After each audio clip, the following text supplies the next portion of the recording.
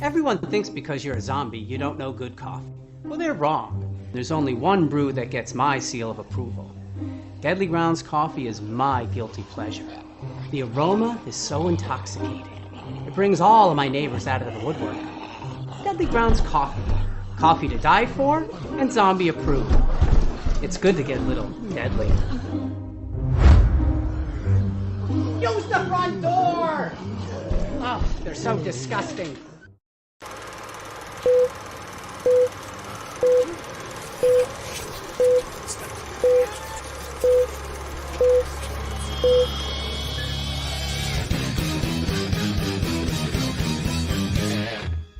It's another Tuesday night, which means it's time for another live Wicked Horror Show. I'm new to this. Sorry. I've only been doing it for forever years. My name's Kevin, by the way. And as always, I'm joined by Tony Has Nine Fingers. What is going on, people? Not much, just stammering over my own tongue and what have you. And today we have a very special guest. He's the director, writer, actor, man of many hats, wrestler, musician, other things we'll get into as well. He has two movies that are on Tubi right now. One of them is called The Hike, which I believe came out in 2021. And then WJHCAM, which is, I think, came out in 2022. So, yeah, we have Vinnie Funkmaster Vineyard. What's going on, Vinnie? Oh, I'm sorry. Just Lenny Kravitz. He always calls me when I'm on a podcast. He's still heartbroken over Lisa Bonet. Will you take the phone out of here? Thank you. Jason Mimosa just broke up with Lisa Bonet, and now he's just singing the blues. But anyway, I'm doing great. How you guys doing? Lisa Bonet? You said it the fancy way. Lisa Bonet. Lisa Bonet, Jason Mimosa. You know, them cats. Yeah, them fellas. Yeah. Lisa. But anyways, so yeah, you came across our inbox, and I wanted to check out your stuff. And I took a look at the trailers, and they looked interesting to me. And I was like, "Hey, Tony, what do you think?" He's like, "Yeah." And I'm like, "All right." I'm like, "Hey, we have we got Tuesday open if you're free." And that was literally yesterday. So thank you very much for the short notice. And I watched both movies today. And I enjoyed them both quite a bit. They're my sense of humor. It's not great. Yeah, not punchy in the face like with the like it's not slapstick by any means. It's very I don't know. It's the way that me and my friends talk, when we get together. It's that kind of joking. Yeah, well, that's like we were talking before the thing. We just met 5 minutes ago, whoever's watching this. But it's very you got to, when you make these movies and you don't have $8 million to make a movie, you've got to look at your assets. And we have pretty girls that hang around us. We are all pro wrestlers. We all can make music, but when we don't have $58 million to crash a DC-10 into a school and have a bunch of bloody children running around going, ah! So you got to do things, and we're like, hey, we're pretty funny and we're pretty verbose, and we're enemies of brevity. Maybe that'll fill up an hour and a half of us talking bullshit. And it seems like it's doing pretty well for us. And I appreciate your kind words. It's these are low budget horror comedies these are kind of like Evil Dead mixed with Clerks. And so if that sounds like something that is, and they're all part of this thing about the Smoky Mountain Chronicles. I live in Tennessee now. And so I was telling you before, I'm actually from Baltimore, and my tag team partner, the big tall mother effer who's 7 feet tall, he's from Chicago. We choose to live down south because the South is awesome for the most part.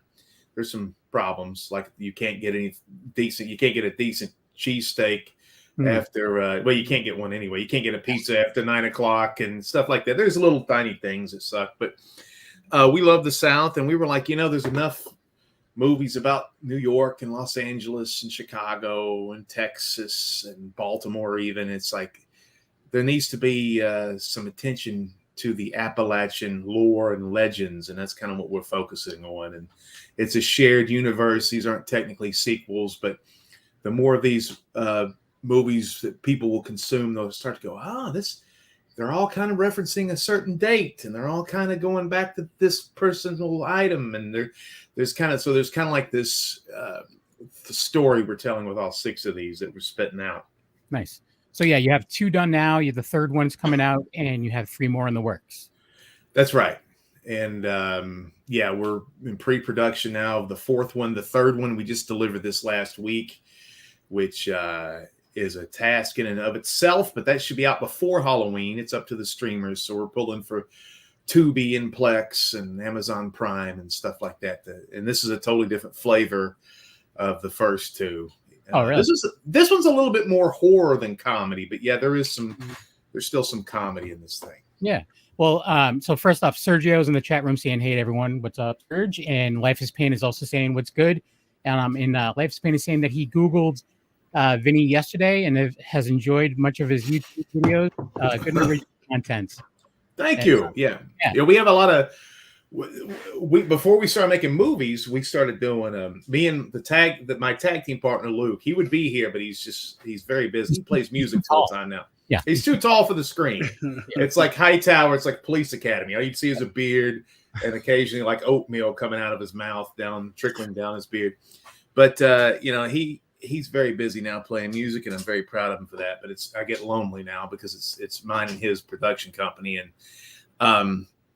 but yeah, we started making. We got control of a wrestling television show for Fox that was a flaming fire pit disaster from hell, but we learned a lot about editing, and then we got into paranormal television. We still have a paranormal TV show called Wrestling with Ghosts, which airs on very tiny channels across the United States. I wonder who the hell has seen those, but I would watch it, honestly. The stations are like Intrigue Television out of a city I've never heard of out of New York, and Saltbox Television, and I have no idea what these stations are, but Asai TV is actually one that's kind of a major network, ASY TV, that airs it. But when COVID happened, he was like, and we did comedy skits, and then when COVID happened, he was like, we heard that the actors and the writers and the studios were going on strike, and he was like, now it's time to make a movie. And since I'm the editor, I'm like, oh God, I don't want to edit movies. Jesus God. And I was right. It's tough to edit a movie as opposed to anything else. But we said, okay, let's do a movie. And so we had experience doing comedy videos and wrestling television and podcasts. We had a pretty successful podcast and paranormal TV. And we said, all right, we'll take a stab at a movie. And we've had a lot of success with The Hike and enjoyed making that one of the funnest experiences of my life. But it was based on a paranormal investigation we had when we went over to North Carolina and tried to investigate the spirit of Spearfinger, which is a Cherokee legend. So we got some really interesting evidence on that jive, and it was pretty awesome. Nice. And I just pulled up a comment, 7800 Pro Gamer saying Vinny's the man. He wants they want a signed copy of Camp Smokey on DVD. Okay. Which I'm sure will be an option. Well, for you, it will be $380. Now, are you doing any kind of crowdfunding for this, or is it just getting word out? Word out. I'm 50. I still do HTML coding by hand. Like I'm like, whatever the sharp parentheses is. I don't even know what it's the greater than a space href equals, I'm so freaking old school. People can make websites fast. People can get followers on YouTube fast. It's like I'm pushing shit around in a wheelbarrow and everybody's on a rocket cycle. I don't even know what crowdfunding is. That's how square I am. We have a GoFundMe, which has done well in the past. I had a friend who's rich that gave us $5,000 to finish WHCAM and start Camp Smokey. And I'm probably for the rest of my life going to be like, thank you, sir. Thank you for that 5,000, But, so we're just doing shit the best way we know how to. Man. Yeah. So we do have some wrestling questions coming in. I knew that was going to happen. Beautiful. So Sergio is asking if you like WWE, and Vinny, Life is Pain is asking Vinny for AEW. So I'm going to disappoint Sergio. I don't like wrestling. What's crazy is the good Lord put it in my body to be a good wrestler. I'm initially unlikable, especially being down south and having a non-Southern accent. People hate me. I have a weird sense of humor. I like creating tense situations with very Andy Kaufman. I like pulling jokes on the audience where everybody just feels worse that I was there. I was good. I'm pretty athletic. I was a state judo champion, so I'm pretty good at wrestling anyway. I didn't need a lot of training. I got into it late in life. I hate lifting weights, so I knew I never would make anything. I just kind of used wrestling for fun and to have. So I like old wrestling. Like I like NWA shit. My grandmother was from Baltimore. So even though the NWA was Southern, it went all the way up into Baltimore and Philly pretty good. And so it was real looking. The WWE was more cartoony back in the 80s. I kind of like it looked like these guys were wrestling in a cow stable and people were smoking cigarettes and you could see the smoky hay. I think that's what wrestling is best as, is just these weird people that get together and fight. You got a kung fu man, you got a black dude out of Washington, D.C., you got a freaking, a gym rat, you got some aristocrats that have mink coats and Rolex watches, and it's like these, it's just like, who are the best? And you have cowboys and pit fighters and guys that look like they go in bars and they have no teeth. That to me appeals to me a lot more than everybody looks like an action figure.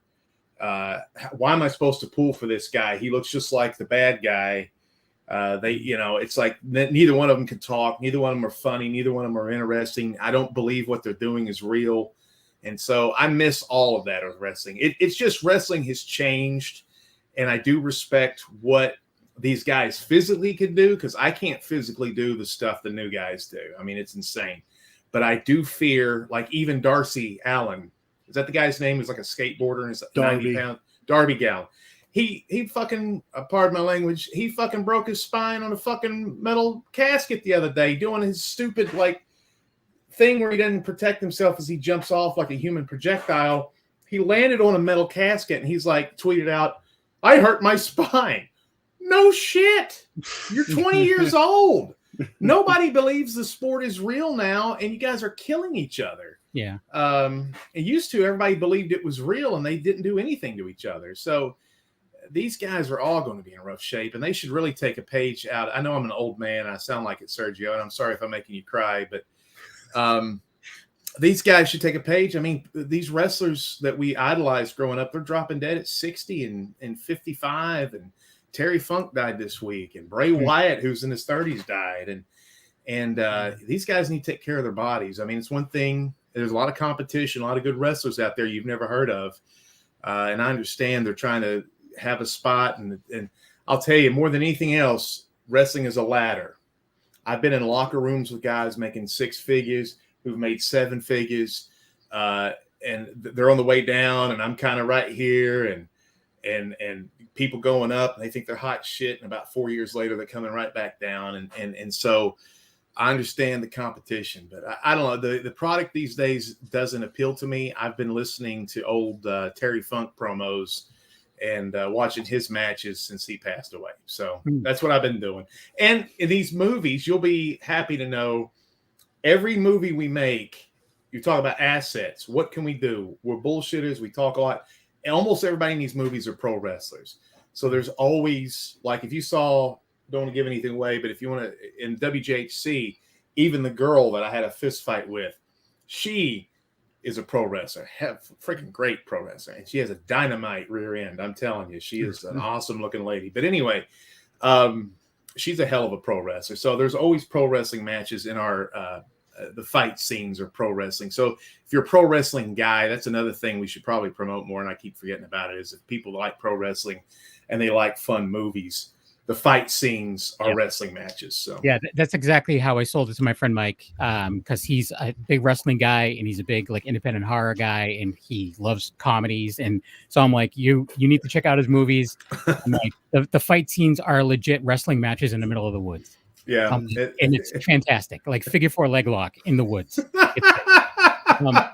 They don't make any sense, but it's just. I mean, it's a wink and a nod, you know. Oh, totally. Tongue in the cheek. Right, exactly. And it's, with that, like, I mean, I can kind of, I was assuming that these people were wrestlers because they kind of put off that vibe, Yeah. but that's not a bad thing, because it also, like, some people, I'm sure it's different now than it was. Like, when I was a kid, if I had a chance to meet a wrestler, like, I would be like terrified and like, oh my God, like, but because I did meet someone when I was a kid, and it was always like very intimidating. And so I don't know if it's still that way because it seems like everyone's more approachable now because of social media and everything. It's wrestlers are different. I mean, wrestlers legitimately at one point became wrestlers because if they didn't do that, they would be lifelong criminals. It was like the only job. Okay, you're nuts and you can't control your temper and you scare people and you have a criminal mind. Get into, like Roddy Piper's had a minister or a priest who was in charge of the boys club, and the priest himself actually was like, son, I'm going to get you into pro wrestling. If not, you're going to be a lifelong criminal. So he introduced him to a local wrestling guy, and that's what started Roddy Piper's career. And now everybody's a video game dork. There's a wrestling locker room here in Tennessee where the majority is a person of color. And I joked with them, and nobody canceled me, nobody get offended. But I was like, I'm the blackest dude in the room because they're all sitting around talking about comic books and video games, and I'm like, that's cool, And you can't define a race by certain generalizations or anything. But I was just joking with him. I was like, yeah, I'm the blackest. Does anybody in here know, the history of funk music or hip hop or anything? Right. And but so yeah, what's the fact that you're from Baltimore? Yeah, exactly. Have you guys seen The Wire? Like, exactly. So my point is, most of them are sweethearts. Now, there's still crazy MFers in the sport, and there are people who are you don't want to mess with, and there are people that are legitimate tough guys in the sport, and there's some that have screw looses. So there still is that element, but there are a lot of guys who, after they get done with their match, where they do 6 540 splashes, they'll be back there with their girlfriend and they'll be like watching their match. Oh, did you see that? Oh. And I've not been that type of person, but God bless them. Yeah. Life is pain and same. Play that funky music, white boy. Yes. Speaking of funk, do you have because we're both bass players. Do you have any who inspired you as a bass player? Oh wow.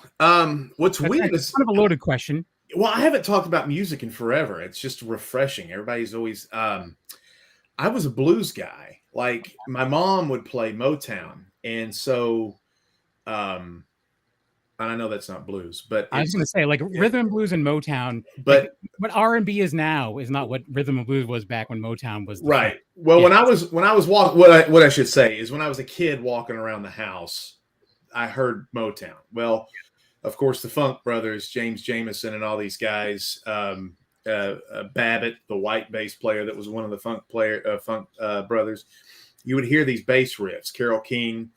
And, I was just going to say, yeah, she was Carole sick. Kane. Yeah, she's bad. Carole King, somebody else. Carole Kane, sorry. Anyway, you heard these bass lines, and so to me, that was always the best instrument. And so we moved down south, and everybody's like, they think the bass is like an inferior instrument or something. And it's always confused me when I was down here, because everybody plays guitar and mandolin and dobro and slide guitar and other crap. And I'm like, dude, this is the freaking best instrument. So I fell in love with the movie Crossroads when it came out with Joe Seneca. It's about Ralph Macchio was a Juilliard kid, and he was trying to break out Willie Brown out of prison. And they were going to go find Robert Johnson's lost 30th song down in Mississippi. And they run down to Mississippi, and they actually have a duel with the devil, who was Steve Vai. The devil's guitar player was Steve Vai out of Memphis, and their character out of Memphis. And they have an epic guitar battle for the ages. And I was just like, I couldn't believe what I was hearing. I never heard of that crap.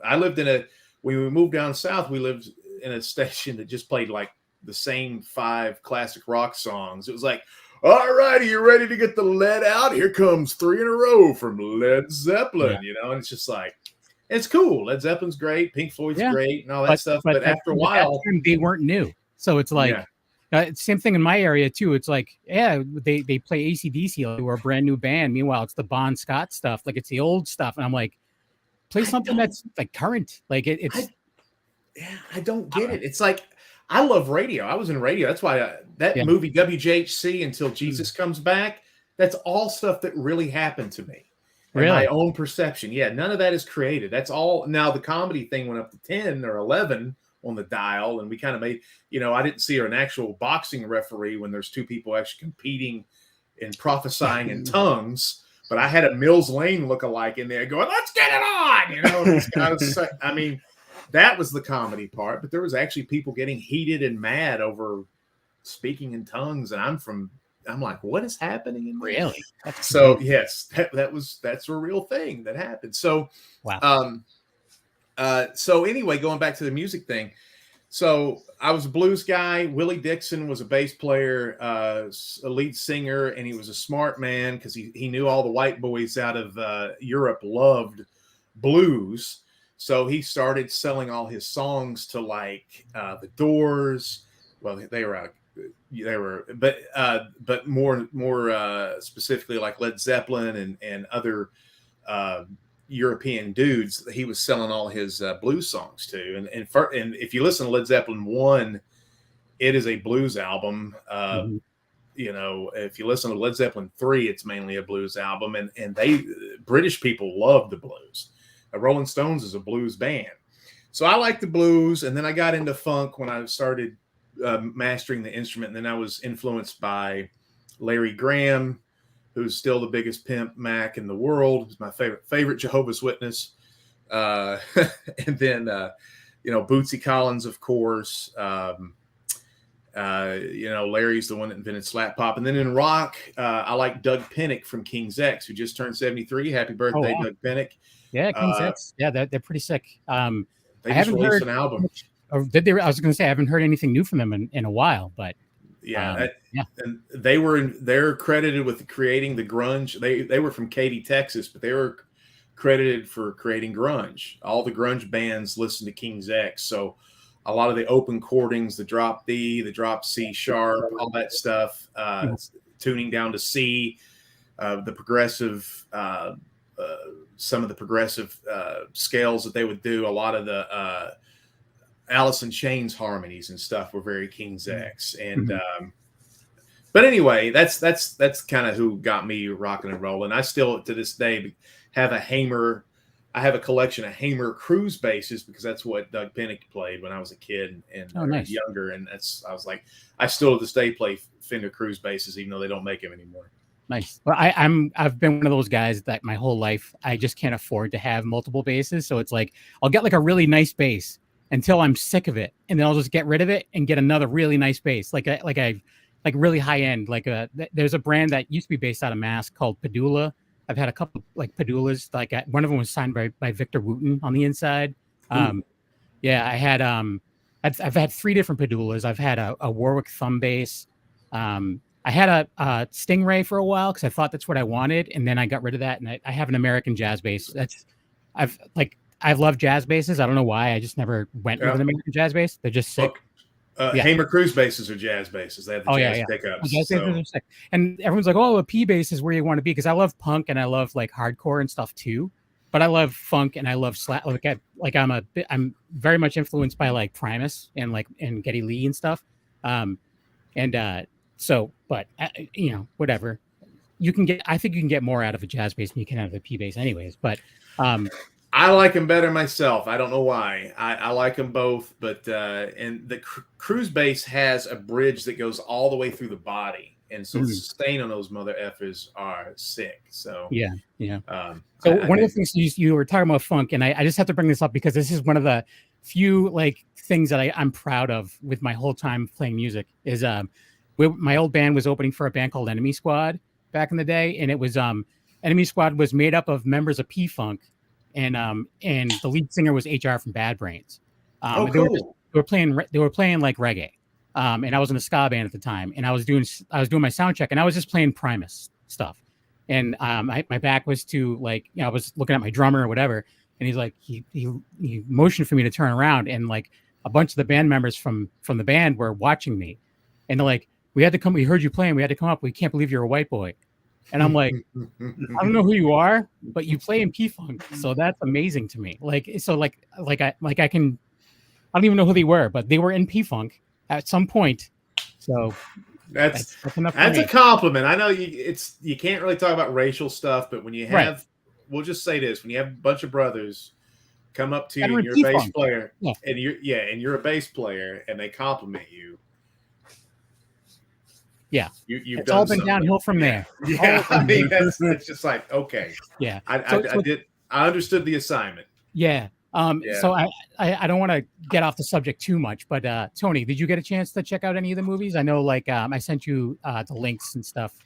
Yeah, I got to after work. I got to check out the radio station one. The radio station one, just because when I turned it on and you mentioned Clerks, and I was like, this definitely has that like Clerks vibe to it, a little bit. So when I was watching that one, and it definitely, because when I looked it up, it's like horror comedy, and I'm like, where's the horror in this one? And then of course you have to wait till the end of it.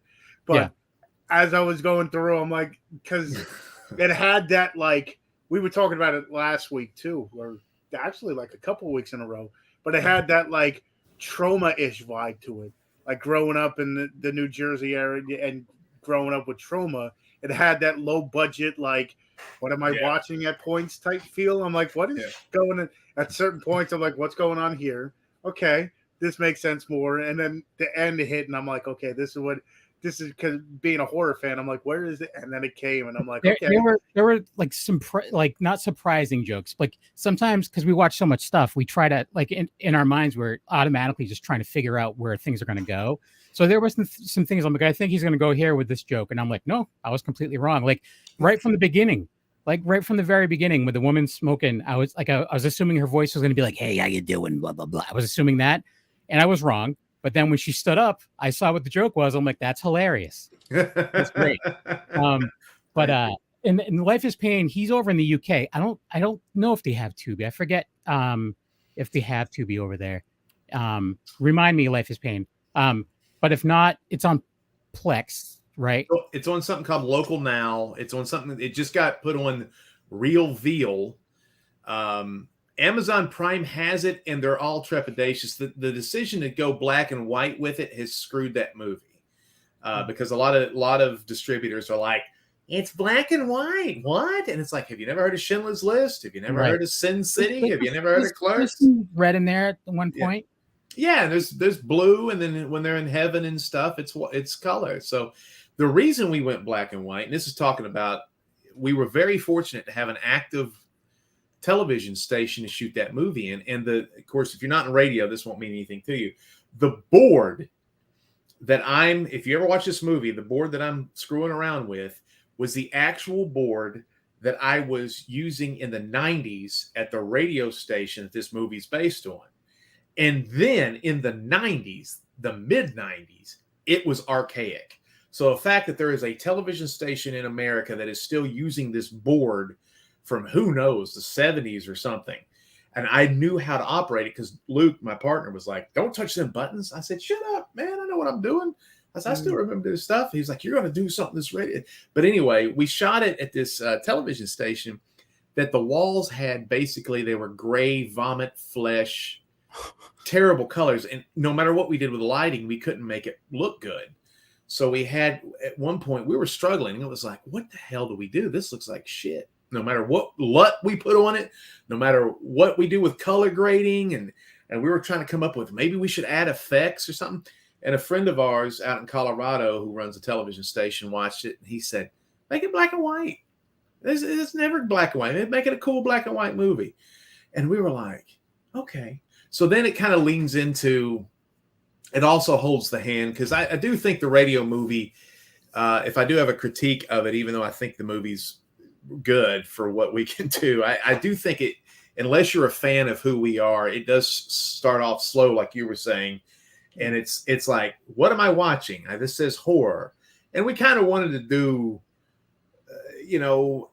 tell a story, and then what would happen if Christ if all this was real, and because the other problem is too, you guys are about my age. A lot of people, and I should have done this too. It's another mistake. I should have put in the beginning what Y2K is, because when I talk to children who are like 30 and below, they have no idea what Y2K is. Yeah. Is it a sandwich? You're like, no. It sounds delicious, actually. Yeah. They've experienced so much real trauma in their young lives, they can't even remember or care about a fake thing that never happened. So Y2K, which if anybody doesn't know, is we all thought the world was going to end because of computers, and a lot of fundamental Christians were like building sheds, or they were buying property and erecting like fortresses and stuff, and buying milk, evaporated milk for the babies, and buying buckets to crap in and stuff like that, because we thought these computers would shoot off missiles. We were all like, oh, Russia, I bet Russia's computers would accidentally shoot off a couple of nuclear warheads, and our computers will quit, and the chain of supply chain will come crashing to a halt, and you won't be able to buy bread or anything. So none of that came to pass. Spoiler alert. Yeah. But the thing is a fable, like what if that was Armageddon, and what if Christ came back, and then all the assholes on the planet that didn't get sucked up into the sky, what would happen if they had to fight off the Denzians of the netherworld? Yeah. And then because of the Y2K thing, it's that got us ready for like the Doomsday Preppers TV shows and stuff, because it's all that same shit. Life is Pain is just saying real quick, because I suggested a couple of episodes back that he get a VPN and just tell him that he's in America, because that's what I do. I used to do with Netflix before they got really strict. I would tell him I was in the UK to get more UK television on Netflix. So boobs. Well, I love UK comedies for some reason. Oh, they're great. Yeah, they are. But he's saying that sadly, he doesn't have Tubi, and he tried to use a VPN, but his bank card got denied. Shock. I'm sorry. That's okay. You can buy them if you have a machine that plays Blu-rays or DVDs. They're available at Walmart.com, BestBuy.com. But he's in the UK. Do you have him in region, all region? I don't know. Probably not. Try Amazon. Dude, I don't know what I'm doing. Life is pain. We just need to pray together and hope it gets better. And Wolfie's in the chat room. He's asking, were you inspired by, was it Pontypool? Now, I've never watched it, but the guy that my tag team partner, Luke Walker, Big Luke Walker, the human Sasquatch, Summertime Santa Claus, he watched it. And he told me about it. And even last night, I was like, I'm going to try to find Pontypool. And then I'm getting to the age where, I saw something shiny in the corner and went squirrel. Yeah. And then I just watched girls jumping up and down on Instagram or something. And I forgot about it. But it's like, a Pontypool. I do, when I do press kits and shit, I do say, if you like Pontypool, you'll probably like this movie. And it's about a radio station. I didn't know anything about that movie until we were about halfway done. And somebody was like, this kind of sounds like Pontypool. And I was like, oh, cool. Because it is. I'll tell you something. This is another thing nobody will care about. I'll just tell you. What's funny about being a DJ is you're normally in a basement or a high rise in a vacant part of downtown or something. You're in a far off building in the middle of nowhere. You are the most remote, uneducated, ignorant person on the planet because you're so isolated wherever these radio stations are. So you're trying to inform the world.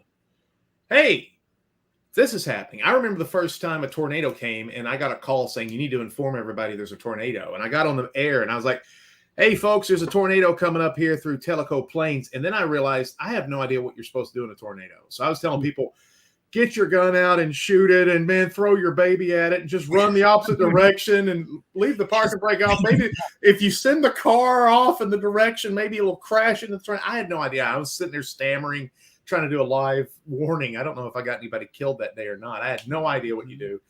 Get in the ditch. Wait a minute. Maybe you're not. Maybe you should just run like hell. I don't know. I can't remember. And so, but you don't know. Like if the zombie apocalypse was happening, the radio DJ would be the most ignorant person. And I think that's one thing that I did well in this movie is the Vinnie character in the movie he was the last one to know. He was sitting there going, "Hey, we're going to be rocking and rolling all night." And then, people were calling in going, "What the hell is happening? People are breaking into my house." And I'm like, "Call the police." So and then eventually it just kind of dawned on me, okay, something's happening. Yeah. So Tony, I really think that you should check out The Hike as well. It's a little more horror, even though there's still a lot of humor in it. It's in color, but I do want to play the trailer for The Hike real quick. It's 1 minute and 15 seconds. And then, we can talk a little bit about that a little bit. And then we have the teaser for Camp Smokey. And so here's the trailer for The Hike, which is streaming now on Tubi. Sorry, Life is Pain. And on Plex, and it's on Amazon now. But is it you like pay to rent, or is it streaming for free on Amazon? Do you know? I think it's streaming for free on Amazon, but this is the version on Amazon has some technical problems, so I never really send people to that one. So okay, if he could buy the disc or find a VPN and sneak, that would be good. And it's on a shit ton. It's on Vudu, and I don't know the regions and stuff, but it's on a lot of different things. Cool. I'll do some digging, Life is Pain, and I'll see if I can find where it's streaming in your area. I don't know. I'll try. But here's the trailer for The Hike. In the Great Smoky Mountains, there resides an ancient evil, and those who disturb it are never the same. I thought I asked you to quit wearing this. People are going missing. Now the cops, they ain't talking about it. The media ain't reporting it. And if they do, they just say it's rock slides or fallen trees. But there's something else going on around here. There's a killer. My grandfather used to tell me a story when I was a little girl about the legend of Spearfinger. She would lure people out of the tribes by mimicking loved ones. Don't go too far, kids, or Spearfinger will get you. Should stab them in the heart and then eat their livers. Man, some ghetto dude tried to spell Atlanta. We don't say that name.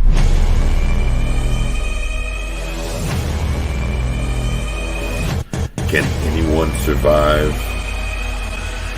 The Hike? Run from the forest. Run. Woo! It makes me want to watch the damn thing. I know, right?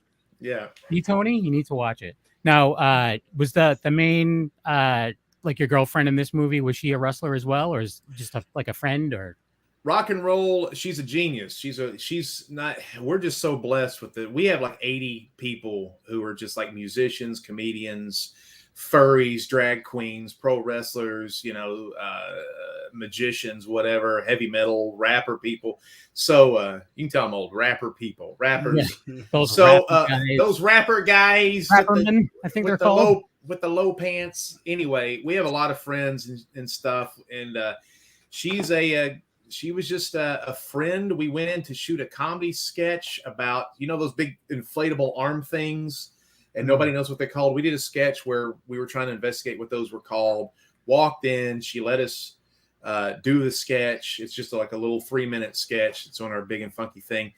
And we kept in touch with her. And that day that we saw her, she had glasses on and her hair pulled back. And then when we went to her Facebook page, we were like, I sent my friend Travis, who's kind of the guy putting the figure 4 leg lock in this movie. And he's Jack Lowe Jr. in the second movie. But anyway, I was like, was that girl hot today? And he goes, I don't know. I don't think so. And we started looking at her pages. She goes, man, she is fine as hell. So we started talking to her and we found out she's a singer and she's really good. The music, like in The Hike, that's all like the rock and roll songs in the first 2 movies are her band. And she wrote those songs. She's extremely talented and her name's Candy Thompson and guys all the time are looking up nude pictures for her and stuff. So I won't do that, but I will look up her music. I might look up some pictures. I'm just saying. We get search reports, which is funny. Like, do you really? That's Candy funny. Thompson boobs and other words and stuff. So yeah, she's not a wrestler. She wanted to train. Try to spell Atlanta. Iconic. There you go. Yeah, that's actually Atlanta or whatever that is. That is the actual Cherokee word for Spearfinger. So. Oh, nice. Yeah. Cool. So you keep it real when it comes to that stuff. Yeah, we actually went over to Cherokee and we thought when we were investigating Spearfinger, because we did an investigation trying to find Spearfinger for a reason in the Nolan Creek Trail, which is rated the #1 haunted trail in North America or North Carolina. And I don't know if there's like an AP college football ranking of like this week at #1, the most haunted trail is, I undefeated this year. I have no idea how they rank haunted trails in North Carolina, but this Spearfinger, that's part of her stomping ground. And when we went over there to interview Cherokee folks, we thought they'd be like, oh man, that story's so silly, but they were all very guarded, and protective, and it's still part of their religion and their culture. And so we were like, okay, we can't treat this like it's a joke. We can't be like, it would be like going to a Catholic and saying, tell us about that nutty guy, John the Baptist, and how he got his head cut off. That sounds great. People be like, hey man, take it easy. Yeah. So it's the same vibe, and you have to treat that stuff with respect. And we've had people call in and go, how dare you use a white person to play a Cherokee legend? And I was like, don't assume her race, man. She's part, she's not Cherokee, but she's a high percentage of Native, and she's got a little African American in her too. She's all sorts of things. So, but she's not a wrestler. She wanted to train, but she's afraid of. When I told her I got 3 of my teeth cracked and they're rotting out, she was like, "No, I need my teeth." So I'm not doing that. Smart. Yes. Fan is also saying that he's saying, please don't look at the Google spike of her name in boobs after the podcast. I swear it's not me on my VPN. Non-existent VPN. So Tony, compared to the radio station one, it's a different vibe altogether. So you're going to be going for a different vibe with the new one too, right? Yeah, it totally. And so we get a lot of Luke, who's the other guy, comes up with probably 66% of the ideas for these things, and he's a genius, and he's great at. Me and him are so good at spitting off, bouncing things off of each other. And so each one of these movies, even though they're low budget, they have a different flavor. And I'm so excited because the next one after Camp Smokey is about the Oak Ridge supercomputer. And if anybody knows anything about that, that's where they made the atom bomb. And it's going to be the Oak Ridge supercomputer, which is one time was the #1 largest computer in the world. It wants to not be decommissioned and made redundant to use something that how they say fired in Great Britain.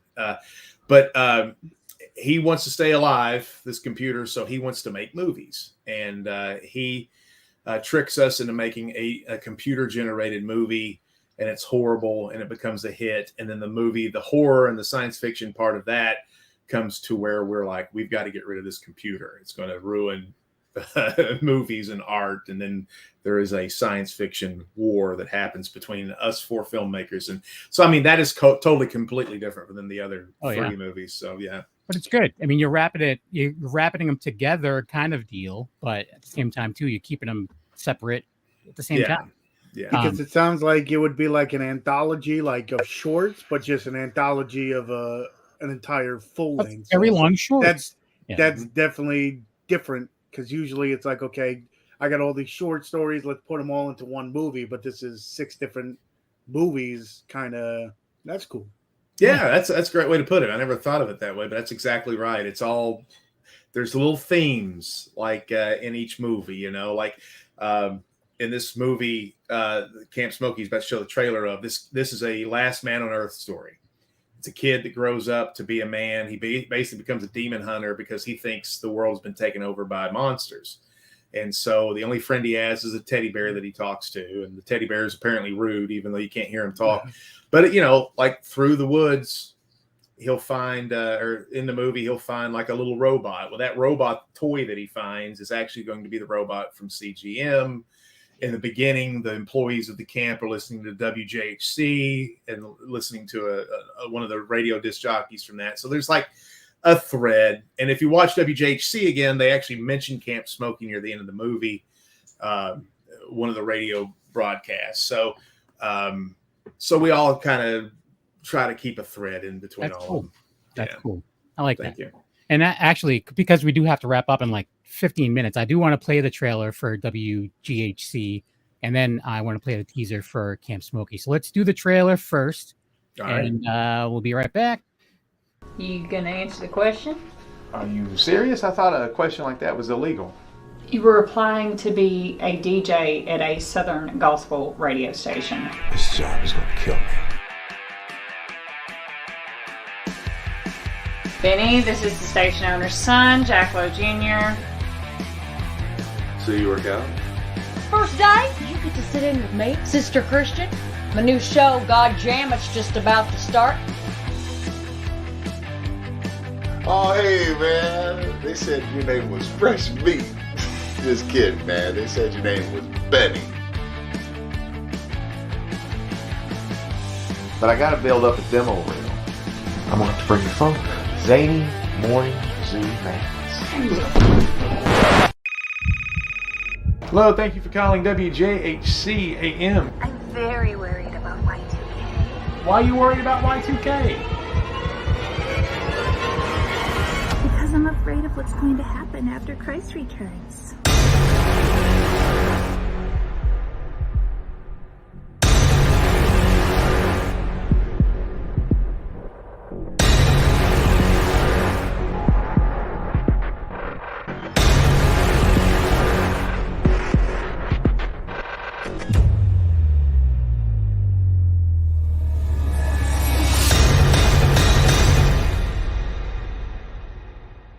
Oh.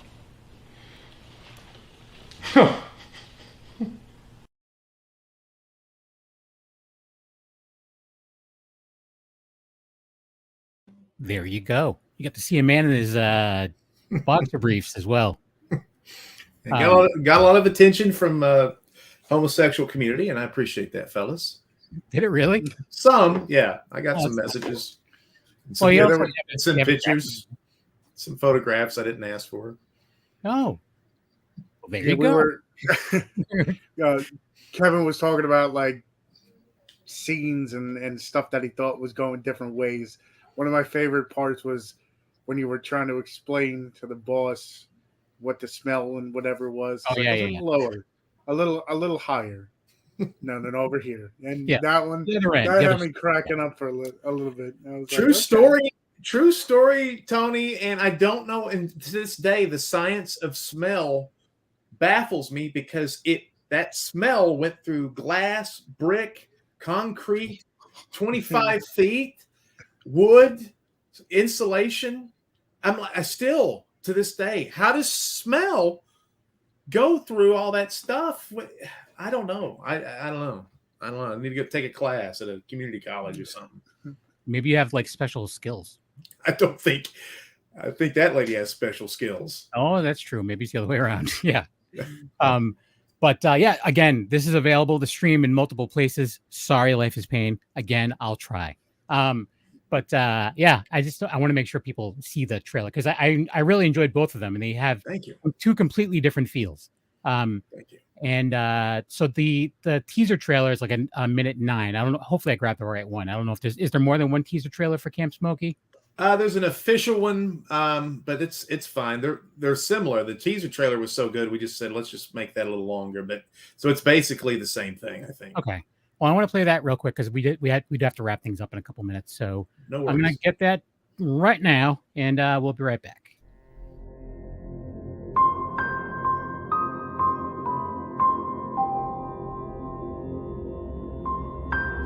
I was just a kid when they came to Camp Smokey.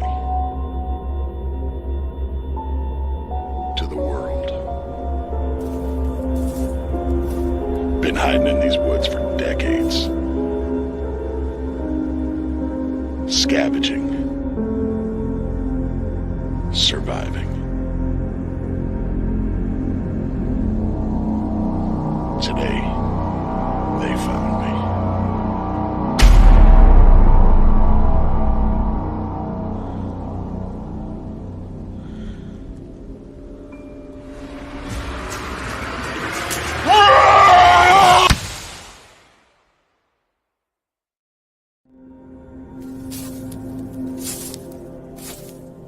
Damn demons.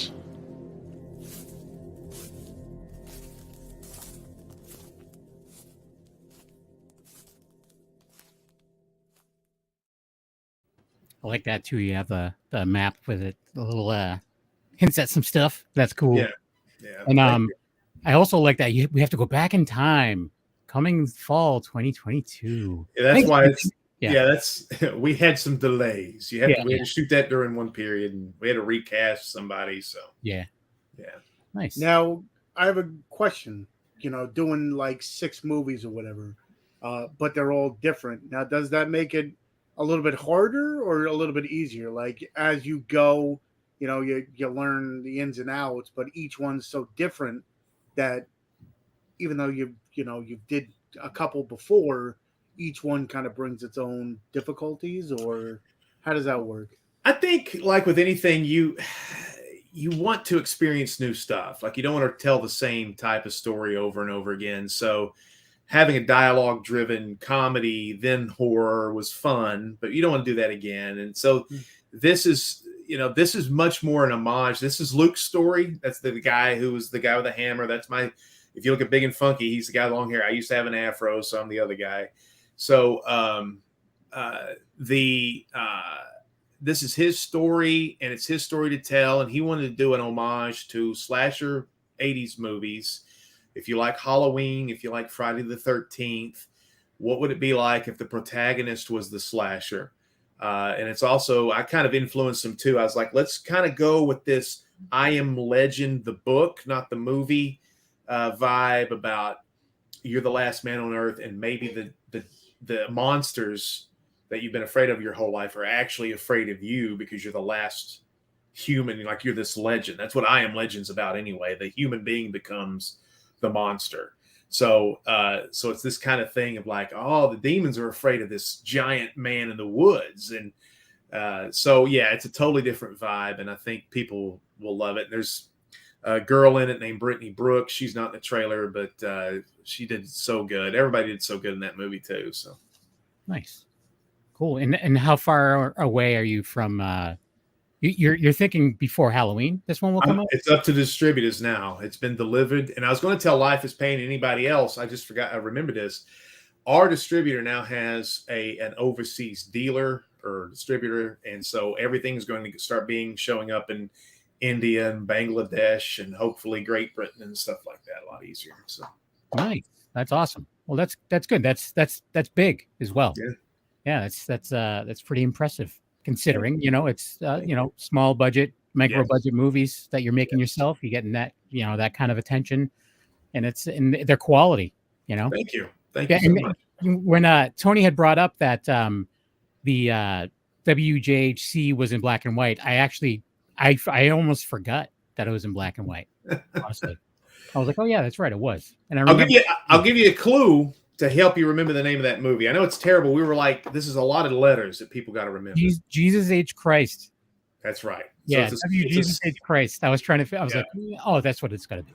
What's funny is now we live in the Bible Belt. A local newscaster was talking about this movie, and you could see it on his face. He was like, WJHC AM. And you could just tell that he was like, that's Jesus H. Christ. They just put that saying it over the air in front of a bunch of people in the Bible Belt. They're not going to dig that. So you could just see the blood drain from his face, but that was funny.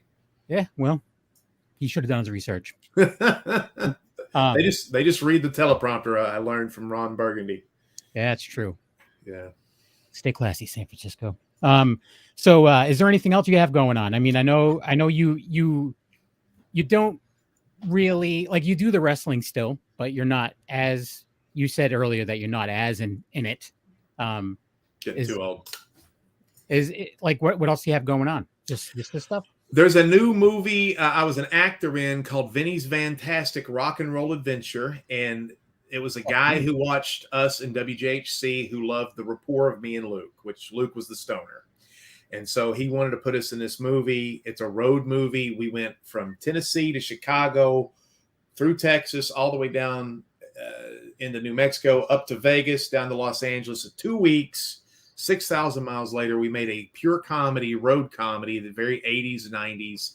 And it's based on the band Hugs. If you remember my first story where we're kind of lampooning Kiss, but we couldn't say Kiss because we're afraid of the litigious power of the of the Gene Simmons. Yeah. So he thought that was hilarious. So in this universe, Hugs is a real band competing with Kiss. And there's like people who are like, Hugs rips off Kiss. And we're like, no, man, they came out first and stuff. So it's a rock and roll movie. And there's puke involved. And this is the problem. Watch out being typecast. I get puked on a lot in WHC. This guy thought that was funny as hell. So in this movie, I get hypnotized every time I hear the word rock and roll. I vomit. And so I'm talking to chicks and stuff at bars, rock and roll, you know. So watch out being typecast, because now I'm going to be puke king unless something changes fast. But that movie is out on a network called ASYTV.com. Yeah, it's fine. What's that one called? Vinnie's Fantastic Rock and Roll Adventure. If you think WJHC AM is rough, that's a mouthful.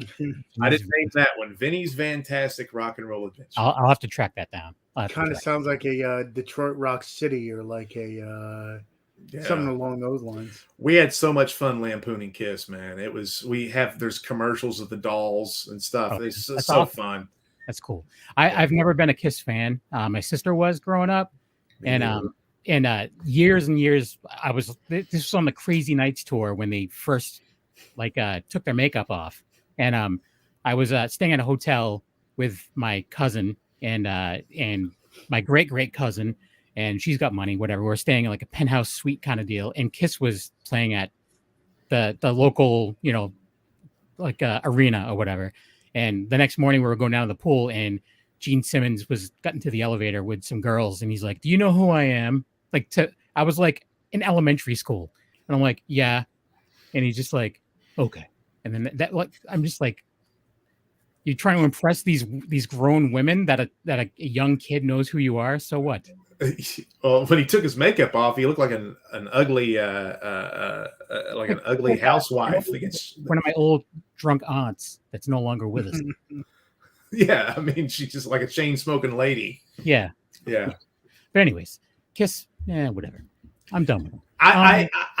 You have to appreciate pinball machines and semi-pro football teams and just how they put themselves out there. And I don't like their music, but I do love the fact that they exist. There's a couple, I totally missed it, but there's a couple good trailer editing. That's a great premise. Definitely good editing. And so, Sure. All right, cool. So where can people go to follow what you have going on? Where can people go to find out what's next for you guys? bigandfunkyproductions.com, and it's an N in between that, not an and I'm saying funky with an N. So it's not, it won't send you to some crazy website. So bigandfunkyproductions.com. My Facebook page, I post something about everything every day. So you look up Vinnie Vineyard, Funkmaster V. Also our YouTube channel, Big and Funky Productions. If you check that out, like and subscribe and say all that crap that those people always say, and I hate doing that. But there's all sorts of stuff. There's comedy, there's music, there's wrestling, but there's a lot of our movie stuff too, and that's predominantly what we're focusing on. Our paranormal investigations and trailers for that stuff too. So a lot of different things. We should talk about that. I was part of a group for a long time, and I do miss it, but it's very time consuming. To me, it's all about the urban exploring. I like it because it's creating a record. So if you do accumulate evidence, it's like, this is not just entertainment. This is some sort of scientific record that somewhere in the ethos, in the universe, this disembodied voice came out of this toaster and nobody can explain it. And I think that's kind of fun. Yeah. If anything, it's just like, I have no explanation for this. That's it. Yeah. If That's exactly you can right. explain to me, then have at it, Yeah. And a lot of people are like, oh, whatever. I'm like, okay, then you do it. And like, I would never do that. Like, why? Yeah. On that note, Tony, where can people go to follow you? You can find me at Tony Has Nine Fingers on YouTube, where I do movie reviews, unboxings, anything movie related. Tony Has Nine Fingers on X, which I hardly ever use. Tony Has Nine Fingers on TikTok, which is my most the social media that I use the most. That is progressed the fastest. Exactly. Right. Tony's Movies on Instagram, where I show off the movies behind me, and of course here most Tuesdays, whether we have an awesome guest or it's just horror movie talk. You can find us here and, well, me and Kevin on the Wicked Horror Show. Kevin? Yes. Awesome. Your Uncle on Instagram, besides doing this show with the lovely Tony Has Nine Fingers, sir. And I also do That Strange Show from time to time. We're a little bit on hiatus right now. I'm part of Black and White Fright, which we just talk about classic horror, and a new show that's coming out this month called Re-Education of Nancy Ann Ritter, with Nancy Ann Ritter, who was one of the bathroom girls from the original Scream, where we're just schooling her on horror because she doesn't know anything about it. So yeah, we're doing that. So thanks for watching / listening, and we'll see you next time. Bye, everybody.